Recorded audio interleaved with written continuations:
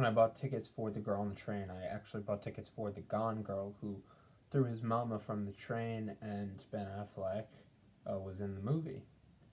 No, that was not the title. The movie The Girl on the Train stars Emily Blunt, stars Haley Bennett, Lisa Kudrow, Justin Theroux, and it's directed by Tate Taylor.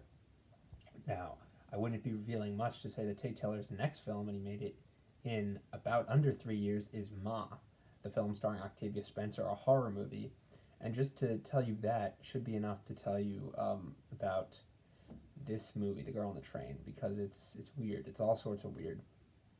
And before I get into that, Ma itself is just a bizarre movie. I actually had a friend say, well, "How about we watch that movie, Welcome to Mars?" He was very into it. He was saying, "Let's watch Welcome to Mars," and I was just saying, I do not think that's a good movie, man.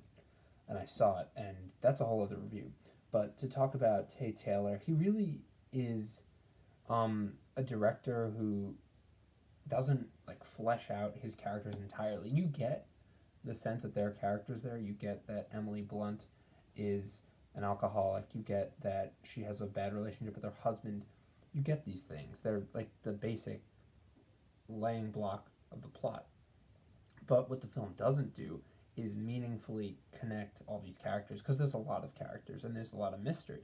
And the mystery is a big part of the story. It is the story. And it's funny, when the trailer actually dropped for this, I was in California and I was on vacation, and I watched it while I was like lying in my cot in my bed, because that's where we were like as a family. I was lying on a cot, and my two siblings were in a bed, my parents were in the other room, and I was watching it, and I thought it was a really good trailer. I was at the Montecito Inn, a Charlie Chaplin built hotel. Just a fun fact for where I first watched the trailer when it came out. And it looked good. Everything was very stylish about the trailer. It looked very bleak. But then you actually watch the movie and it's very boring. There's not a lot of color to it. And it's just kind of drab and empty. And that's not a great feeling. You don't want to feel like that when you watch a movie. But that's how I felt, and it was a bad takeaway. Another bad takeaway is just the way that women are kind of separated in the film. And this is because the book is based on a novel, which obviously is based into many chapters. But the novel and the chapters take away, because it makes it so you're never really paying attention to all the characters at the same time. You're paying attention to Rachel, then you pay attention to Haley Bennett's character, then you pay attention to um, Allison Janney for a little bit. It's just a very odd exchange of storytelling, and it shows that this director, Tate Taylor, clearly didn't know how to suspensefully put the bones from the book in a nice order in order to make it satisfying, because it doesn't really crash. Gone Girl kind of like crashes several times, and that's a David Fincher technique. And when I say crash, I mean it in a good way. I mean it's the drum solo, the finale. Gone Girl does that a couple of times because it's an hour and 40.